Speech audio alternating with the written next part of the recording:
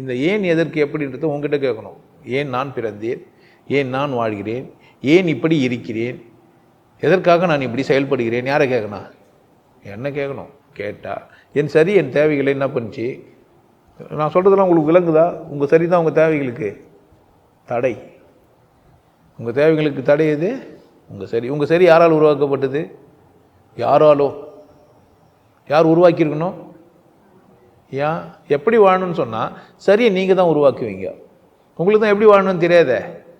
எப்படி வாழணும்னு நீங்கள் யாரும் கேட்கவே இல்லை. உங்களுக்கு கேட்கல, யாரையும் இல்லை போய் கேட்டுனுக்கிறீங்க. அது மாதிரி நான் யாரையும் போய் கேட்டு என்னென்னவோ ஆகி அதுதான். நான் நிறைய இடத்துல நிறைய பாட்டுங்களை கூட சொல்லி வச்சுக்கிறேன். அவர் சொன்னது பொய்யப்பா, இவர் சொன்னது பொய்யப்பா, எவர் சொன்னதும் பொய்யப்பா, உன்னை நீயே கேளப்பா. யாரை கேட்கணும்? நீங்கள் எப்படி வாழணும்னு யார்கிட்ட கேட்குறீங்க?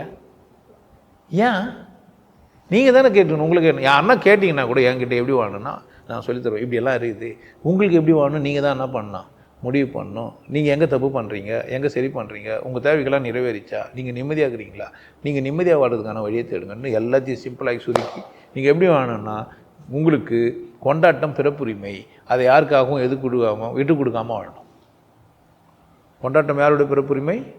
உங்களோட பிறப்புரிமை. அதை யாருக்காகவும் எதற்காகவும் என்ன பண்ணவே கூடாது, விட்டு கொடுக்க. அப்படி விட்டு கொடுக்காமல் வந்தால் நீ எப்படி நல்லா இல்லாமல் இருப்ப? சரி தப்பை விட்டுட்டு தேவையில்லை மேலே அக்கறைத்துங்க. சொர்க்கத்தில் என்ன தாங்குது? சரி தப்பு இல்லை, தேவையில்லை தான். இப்படிலாம் புரிஞ்சிச்சேன்னா இப்படி வாழலாம்.